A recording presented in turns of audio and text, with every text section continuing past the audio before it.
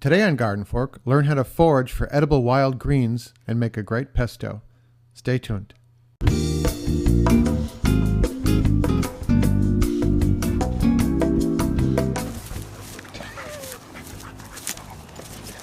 Hey everyone, welcome to GardenFork. This is Charlie, this is Henry, I'm Eric. We were listening to NPR this morning and they had a thing about foraging and they had a great recipe using nettles and wild garlic mustard to make a pesto. And I was like, that's what GardenFork's going to be this weekend. We've got nettles and we've got garlic mustard. Perfect timing. Perfect.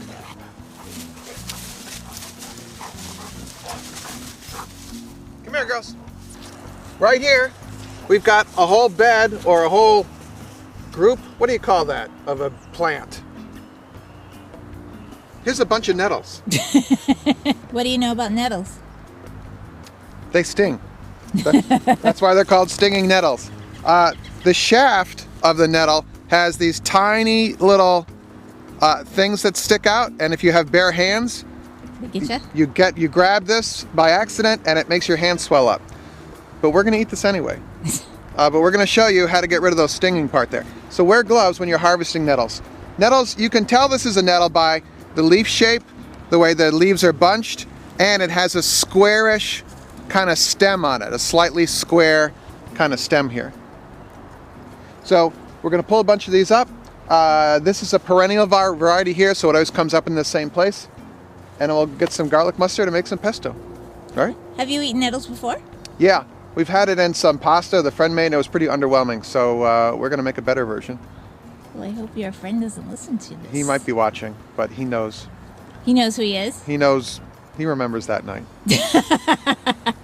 Okay, let's get some. Nettle away.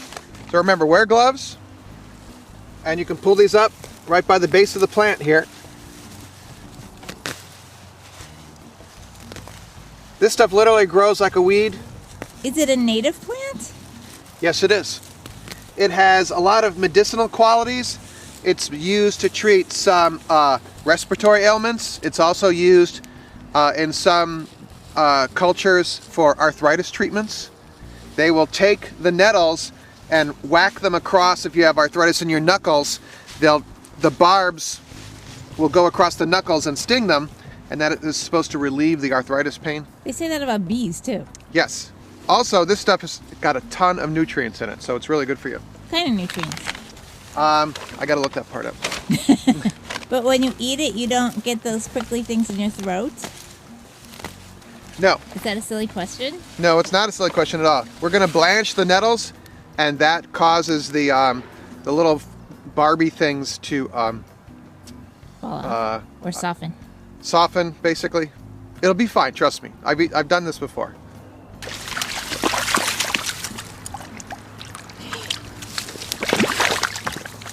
They have to go to the vet in half an hour. Oh dear.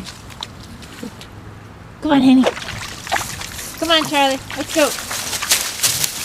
Here we are, side of the road in front of our house. This is garlic mustard right here.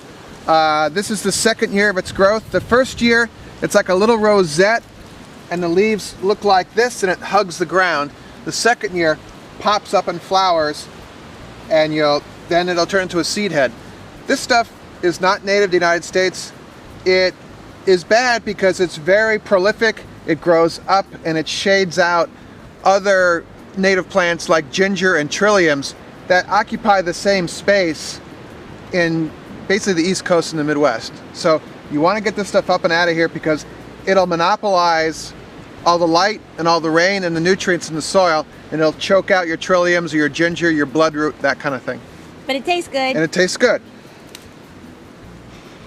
Kind of a garlicky.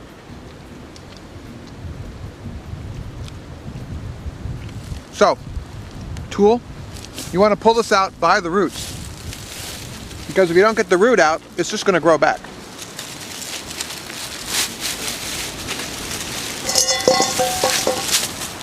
That's the root, you want to get that out. But you can eat the leaves, as I just did.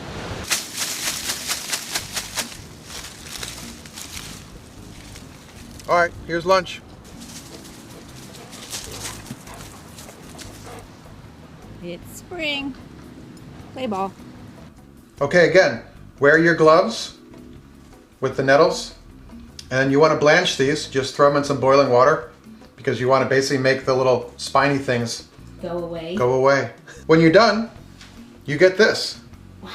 And it smells like spinach. Looks like spinach. And it tastes like spinach.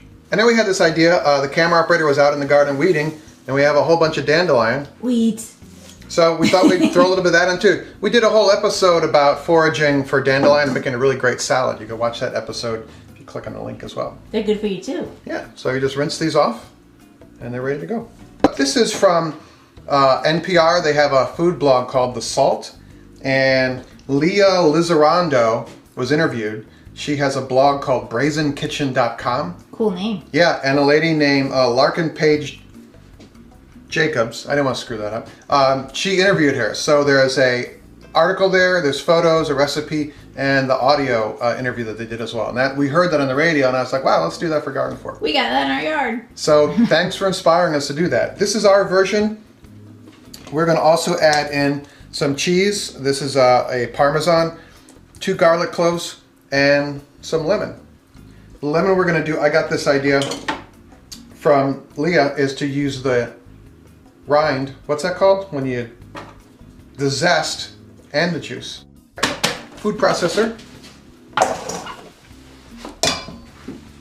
This is about a cup of the nettles after they've been cooked down, blanched in other words.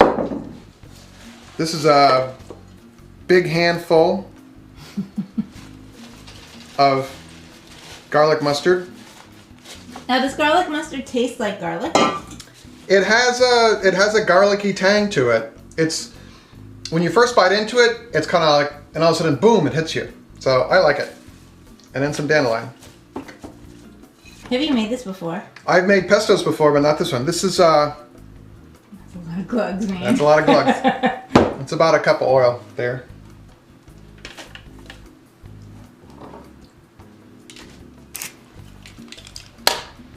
This maybe could use more garlic, but I'm thinking the garlic mustard. I mean, these are, the dandelion and the garlic mustard are pretty powerful. By the way, always wash your lemons before you zest them. Yeah. Never know where they've been. And then lemon juice, a little bit of salt, about a teaspoon. Oh, I forgot. The walnuts. You spend so much time on them. Toasted walnuts. Just toast them in the fry pan. How many? A handful. It's just a very loose thing. It's really kind of work with what you got, you know? Okay, ready? Yeah. What setting are you going to put it on? Medium. It's 1 through 4. I thought I'd hit 2 or 3 and see what happens. Let's go. All right.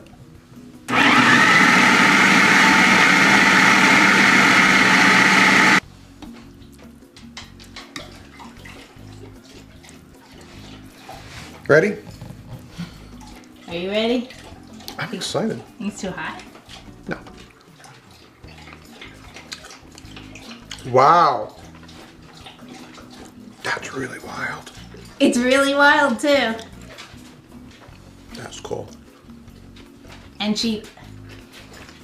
It's free food from your yard, okay? Well, not the walnuts. Yeah, but Not the oil. you have to go make this. That is amazing. The lemon is, maybe there's a little too much lemon in there, but How's the I thought the nettle would kind of like make it, because like, you know, You've had spinach can sometimes taste a little weird, but wow, this is really cool. But it's not spinach. Well, nettles, when they're cooked down, they taste like spinach. So, How strong are the dandelions? it's just a gestalt kind of taste. I'm sorry, that kind of sounds like kind of a cop-out, but... All right, you have to make this. We'll put the recipe and some photos of what these plants look like on our site.